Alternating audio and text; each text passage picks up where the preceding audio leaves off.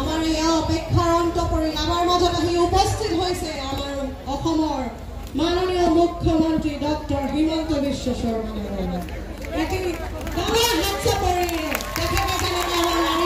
উৎসাহিত কৰি আহিছে আমি উৎসাহিত উপস্থিত যাতে অসমৰ ঘৰে ঘৰে গামোচা উদ্যোগ নিৰ্মাণ হয় আৰু আমি যাতে গামোচাতকৈ বেছি আমি চকু দিব লাগিব। আজি আমাৰ ছোৱালীসকলে নতুনকৈ বহুতে গামোচা আমি বব জানো, আজি গামোচা কিন্তু আমাৰ গামোচা ব্যৱহাৰৰ কাৰণেও ইয়াৰ এটা এবিধ গামোচা খালি ব্যৱহাৰৰ কাৰণেও হয়।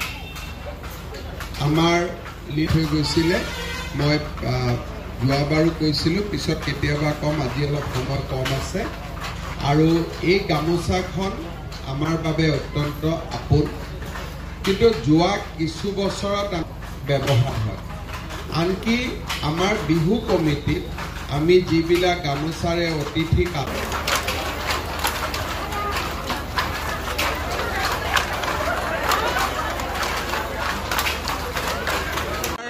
ভাৰতীয় জনতা পাৰ্টিৰ মহিলা মৰ্চাৰ উদ্যোগত অসমীয়া গামোচা নিৰ্মাণৰ এটা প্ৰশিক্ষণ শিবিৰ অনুষ্ঠিত হৈছিলে আৰু বহুত ছাত্ৰী আহি এই প্ৰশিক্ষণ অনুষ্ঠানত যোগদান কৰিলে।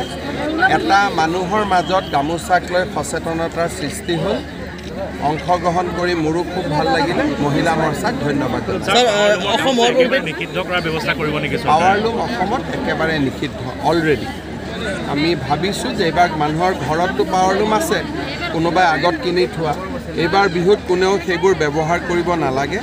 প্ৰত্যেকটো অসমৰ পৰিয়ালে, অসমীয়া, বঙালী, হিন্দীভাষী যোনে অসমত আছে, সকলোৱে এইবাৰ এখন হেণ্ডলুমৰ অসমীয়া গামোচা কিনক। 60 লাখ গামোচা বিক্ৰী হৈ যাব, সেইটোকে মই আশা কৰোঁ।